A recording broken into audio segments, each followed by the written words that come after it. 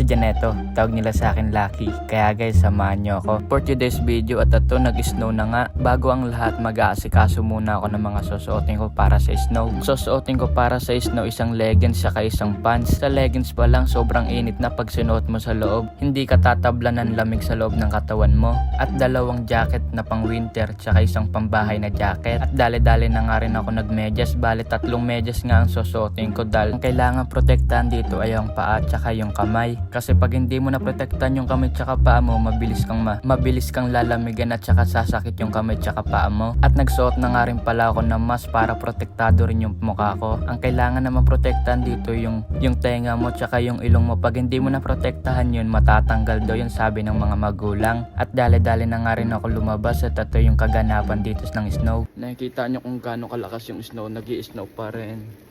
Holy. Diba? Ganito dito, walang tigil ang snow. Late na dumating yung snow eh.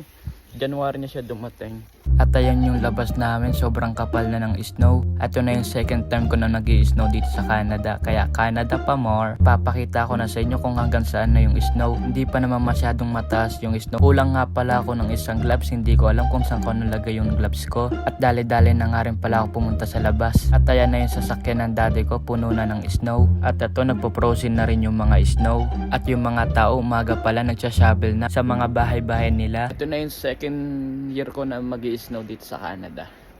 Ganda siya kalakas, ang ganda. Sa una mo lang talaga masasabing maganda yung snow.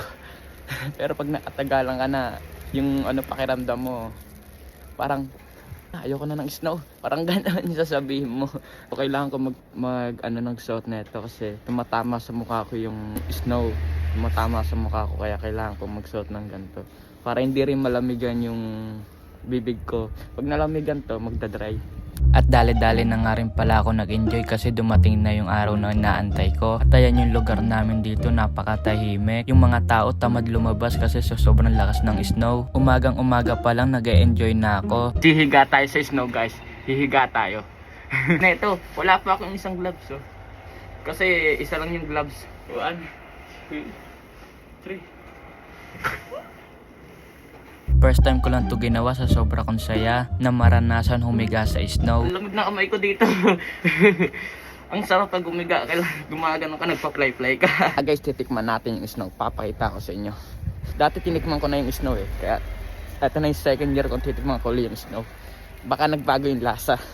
Oh, tikman natin. Pwede na ipang halo-halo guys oh. Okay.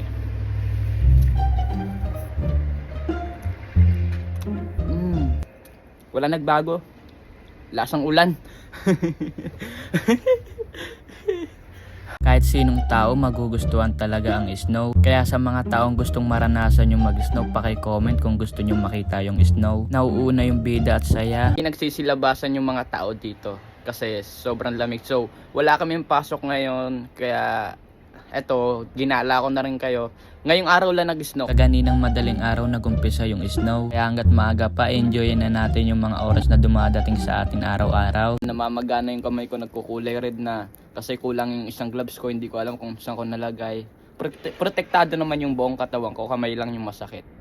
Kaya iingatan mo yung tenga mo, tsaka yung ilong mo. Kasi sabi nila, natatanggal daw yung tenga sa sobrang lamig, tsaka yung ilong. Kasi ang tenga daw wala daw buto. Ayun, totoo kaya yon? Totoo yata yun, tsaka yung ilong. Yun sinasabi ng tatay ko, kaya iniingatan ko yung katawan ko, yung body parts ko, tsaka yung face ko. Ganyan ang nangyayari sa mga sasakyan.